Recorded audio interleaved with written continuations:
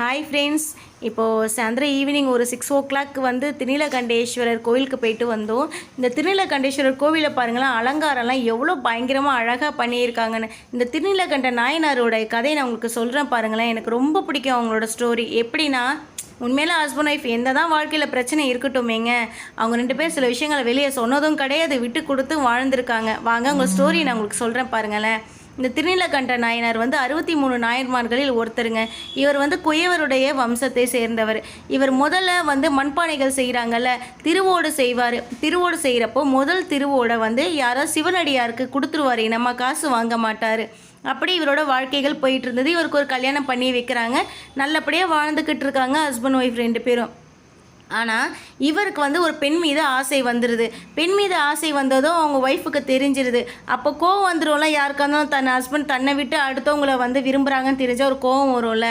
அப்படி அது மாதிரி அந்த அம்மா சொல்லியிருக்காங்க, எம்மை போன்ற பெண்ணை யாரும் தொடாதே, திருநீலகண்டேஸ்வரர் மேலே ஆணை அப்படின்ற சொல்லிடுறாங்க. உடனே இவர் என்ன பண்ணுறாரு, ஏன்னா திருநீலகண்டேஸ்வரர் மேலே இவர் தீவிர பக்தர் சிவபெருமான் மீது. சரி, அவங்க மேலேயே ஆணையை சொல்லிட்டாங்களே, இனிமே பெண்கள் இனத்தை யாரையும் நான் தொட மாட்டேன்னு சொல்லிட்டு ஒய்ஃபுக்கு வந்து வாக்குறுதி கொடுத்து கடைசி வரைக்கும் அவங்க ஒய்ஃபை அவர் தொடக்கூட மாட்டார். ஒரு சமயம் என்ன பண்ணால், இவங்க 2 பேரையும் டெஸ்ட் பண்ணுவோம் அப்படின்னு சொல்லிட்டு சிவபெருமான் என்ன பண்ணுவார், சாதா சிவன் பக்தர் மாதிரி வந்து ஒரு திருவோடை வந்து இவர்கிட்டே கொடுப்பாரு. ஐயா, நான் கொஞ்சம் தூரம் வெளியே போயிட்டு வர வேண்டிய வேலை இருக்குது, வெளியூருக்கெலாம் போகணும், நான் வந்து உங்கள்கிட்ட ஒரு திருவோடை கொடுக்குறேன், அதை நீங்கள் கையில் வச்சுக்கோங்க, நான் திரும்பி வந்து கேட்குறப்போ அதை என்கிட்ட கொடுத்துருங்க அப்படின்னு சொல்லிடுவார். சரி, இவரும் நம்ம நம்பிக்கையாக இருப்போம், ஏன்னா சிவபெருமான் மீதே நம்ம சொல்லிட்டார் இல்லையா, சிவனடியார் வந்தால் சிவபெருமானே வந்ததுக்கு சமம்னு சொல்லிட்டு இவர் என்ன பண்ணுவார், அதை வாங்கி ஒரு பெட்டிக்குள்ளே வச்சிருவார். ஒரு 4-5 நாள் கழித்து அவர் வந்து சிவனடியார் வந்து கேட்பார், எங்கே நான் கொடுத்த திருவோடு திரும்பி கொடுங்கன்னா அது காணவே காணப்படும். ஏன்னா சிவபெருமான் என்ன பண்ணால் அதை மறைச்சிருவார். என்னடா திருவோடை காணுமேன்னு சொல்லிட்டு ஒரு பெட்டி ஃபுல்லாக தேடுவாங்க. அவங்க ஒய்ஃப் ஒரு பக்கம் தேடுவாங்க, அவங்க ஹஸ்பண்ட் ஒரு பக்கம் தேடுவாங்க. கடைசி வரைக்கும் அது கிடைக்காது. உடனே இவர் வெளியே வந்து சொல்லுவார், சிவனடியாரே அது காணாமல் போயிடுச்சு ஐயா அப்படின்னு. எப்படி காணாமல் போகும், என் திருவோடு வந்து விலை உயர்ந்ததாச்சே அப்படின்னு சொல்லுவார். நான் வேணால் அதுக்கு உங்களுக்கு பதிலாக வேறு ஏதாவது நான் செய்கிற ஓடை கொடுக்குறேன் வச்சுக்கோங்கன்னு சொன்னப்போ அவர் ஏற்றுக்க மாட்டார். இல்லை என்னோட தான் வேணும்னு சொல்லுவார். இவங்க 2 பேர் சொல்லுவாங்க, நாங்கள் 2 பேரும் அதை எடுத்துக்கல. இல்லை, நான் உங்ககிட்ட கொடுக்குறப்போ விலை உயர்ந்ததுன்னு சொல்லி தானே கொடுத்தேன், அதனால அதை நீ எடுத்துக்கிட்டியோ அப்படின்னு கேட்பாரு.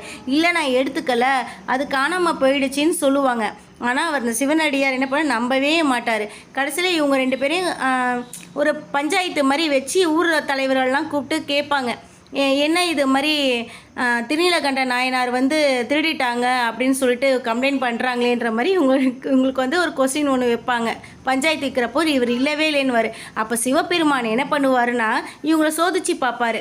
ஏன்னா இவங்க 2 பேரும் பேசிக்கிறது கிடையாதுல்ல, ஒருத்தருக்கு ஒருத்தர் டச்சிங் இல்லாமல் இருக்காங்கல்ல. ஒரு மூங்கில் குச்சியை எடுத்து சிதம்பரம் கோவிலை குளத்தில் இறங்கி நீங்கள் 2 பேரும் என்ன பண்ணுறீங்கன்னா, இந்த குச்சியை எடுத்து இல்லைன்னா நீங்கள் 2 பேரும் ஃபஸ்ட்டு உங்கள் 2 பேர் கையை தொட்டு ஒன்றா குளத்தில் முங்கி எழுங்கன்னொன்னா இவர் வந்து 2 பேர் கையை தொட்டுக்க மாட்டாங்கல்ல.